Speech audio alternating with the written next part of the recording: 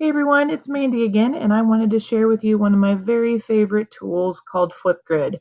Some of you probably have experience if you've been in some other PD of ours recently or even the online courses throughout the summer, you might have experienced Flipgrid. But I wanted to dive a little bit deeper into how Flipgrid works from the teacher side.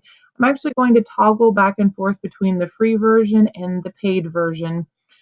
That is one disadvantage of Flipgrid is that there is a paid option.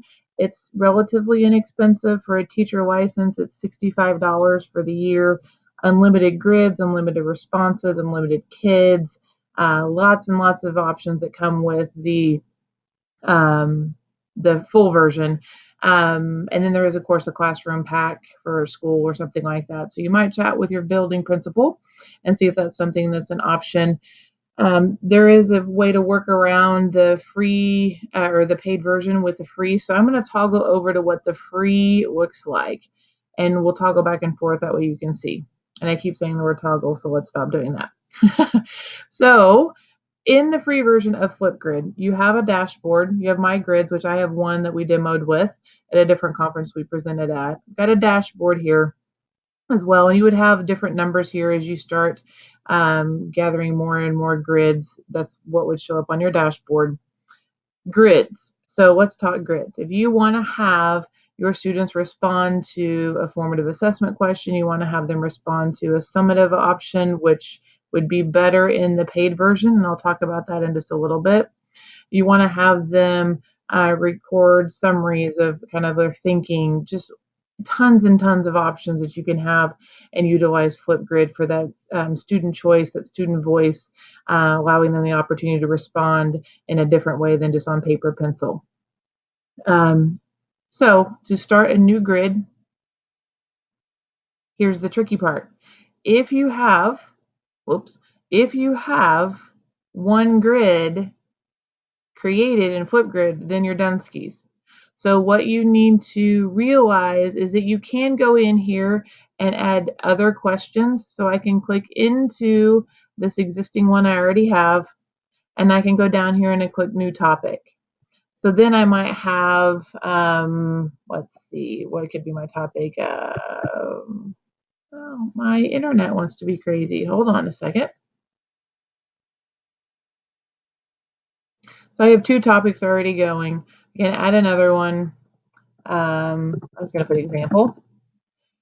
You cannot, unfortunately, change the response time in the free version. You can in the paid. So I think you have 30, 60, 90, 2 minutes, and 3 minutes, which gives you some freedom and flexibility with how long you want them to record or have available to record. And then you're going to put your, so you have your title, you can add your topic, description, or question. So this is where you're going to write or type your prompt. And I can't type and record at the same time. So,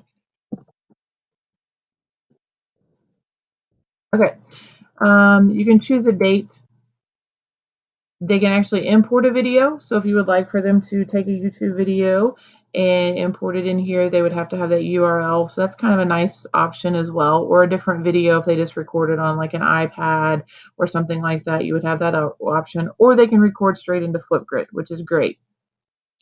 So this topic right here is active, meaning students can record their responses. You cannot do replies to responses in the free version, which will eliminate some of the collaborative options and opportunities for your students. You can also require email for responses, video likes, you can turn that off and on, and then you can freeze the topic so the students can view but no longer record. So this is the workaround for me, as what I see for you all if you wanted just to do the free version. You could freeze the topic at the end of your unit or the end of the standard that you're trying to get some data on. Then students won't be able to record. So that one grid, you could just have populating in more and more and more topics throughout the year, because you can have unlimited topics. So it might start in August, and by in May, that one grid could house and contain all these different prompts and replies. And then you will just create topic. My internet's a little slow, so I apologize. Not the best at my house. And then you would share this topic code, or grid code, excuse me. And then here's the topic, the direct link to this topic. So here's to the grid. So if you have, it's May, and you want them to see all of them and get just into the grid overall, or if you just want them to go to the specific topic link, you would share this grid with them, okay? And then from there, it's gonna look a little different. So that's where I'm going to toggle over here. There's that word again that I keep using. I'm going to go to the admin console one. So for instance, here's our KidBlog PD. Again, I can have unlimited topics, unlimited grids because we paid the $65 for that. So here are the two topics within KidBlog PD. They had to answer a prompt on opportunity and a prompt on connections. So I'm going to do connections. I want you to see what it looks like if you're not familiar. So from the teacher standpoint, it has the list of all of the different responses. From a student standpoint, it actually looks like a grid with all of the different video recordings available. So as soon as this pulls up, this will just be the list of all the different students and their responses.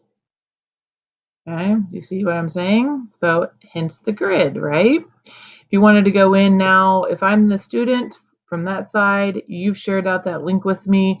All I want to do is record a response. I'm going to click add a response, and then it's going to prompt me to record my information. So very simple, very easy to navigate into. I'm actually going to go back to the free version as well.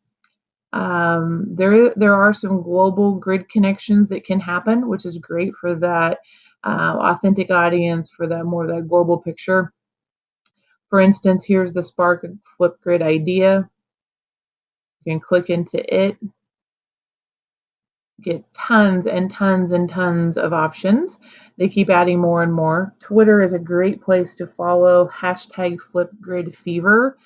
And you can get all kinds of ideas of how Flipgrid is being used inside the classroom, outside the classroom, from administrators to teachers to students to all different types of individuals. The connections also allow you to start coordinating with other classes across the globe. So Flipgrid, amazing resource. What I'll do is put the links into this Canvas module, and then I actually have a Buncee presentation on Flipgrid, and so I will add it in there if that will be of help for you all, and you can see, just to get some different ideas, and then also review the features of what Flipgrid looks like. Thank you for watching. I hope you enjoy Flipgrid as much as I do. I think it offers a lot of versatility. It offers a lot of opportunity to include student voice and choice and that investment into assessment. One thing I'm just remembering I didn't address is that if you're wanting to use it for a formative where you're really not wanting the students to hear everybody else's responses, or you're wanting to use it more for a summative and you don't want everybody to hear everybody's responses until they have all submitted one. In the full version, the paid version, you have the opportunity to toggle between it being off and on, or viewable and not viewable. So if you wanted to curate all of your students and get all of their responses, you could, and not have it viewable, you could have it off. And then once everybody has submitted their recording, then you could actually have them click on that link, or they click on the button, and it would start publishing them. So that does give you some freedom and flexibility in the full version. Also, last thing I promise is that in August, mid-August, they've promised some new features. So I'm pretty excited to see what's going to come out, because Flipgrid does offer a lot of things, the ability to embed within Canvas, so the kids don't even have to leave Canvas to record and watch and view the different recordings, just some different things like that. So super excited to see. They would not share in the end of June at a conference we were at what their new features were. So we're excited to see what happens. Thanks for watching. I promise that's it this time. If I think of anything else, I'll put it in the notes. If you have any questions concerning Flipgrid, please don't hesitate to ask. I'll be happy to help however I can. Thanks.